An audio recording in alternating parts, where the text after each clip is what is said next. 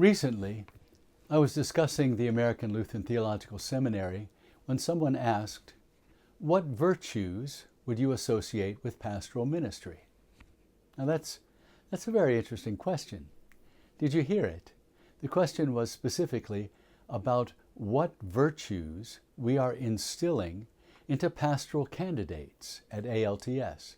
That is a great question.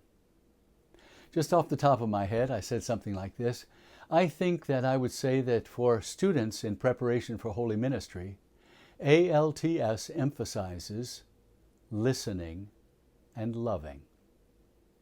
I think that answer would be a surprise for most folks.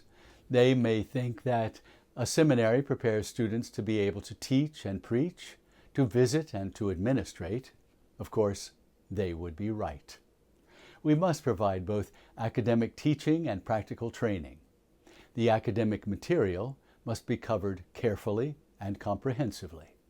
We produce resident theologians. Students must know their scriptures and the Lutheran confessions so that they give sound teaching and law and gospel preaching.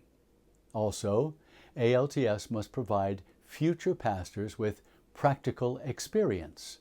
Upon ordination, seminary graduates must be prepared to lead the liturgy and rightly administer the sacraments. Also, students will become congregational administrators who plan, guide, and equip members and congregations for lifelong spiritual growth. However, the foundation for pastoral life and ministry is not only what the pastor does, but how the pastor does it. Pastoral ministry is not just doing a set of functions, but it's a way of living that represents the heart of Jesus.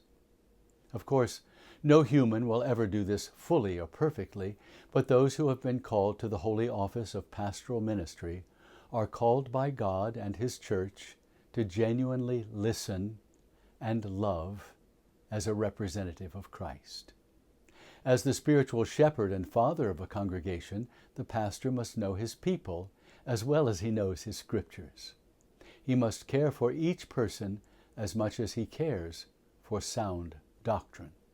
Indeed, from the perspective of the restless child in the pew, or the lonely senior in the care facility, or any and every individual in between, it won't much matter how dynamically a pastor teaches or how skillfully the pastor administrates, if he does not also listen to and love each member of the congregation.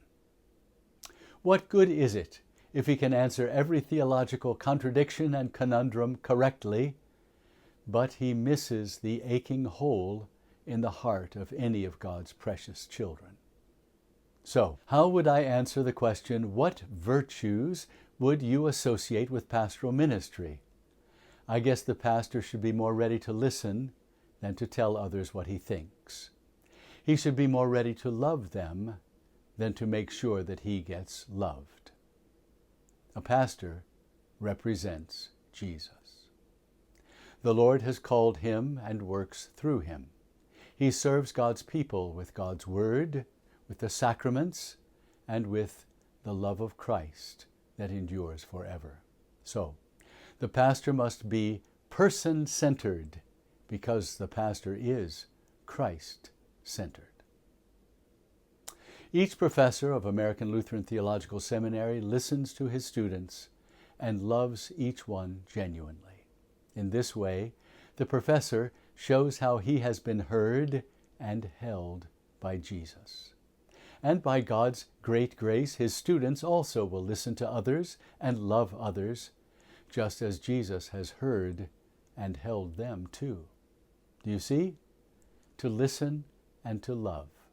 Those, indeed, are wonderful virtues to be associated with the graduates of our seminary and with the pastors of our church body.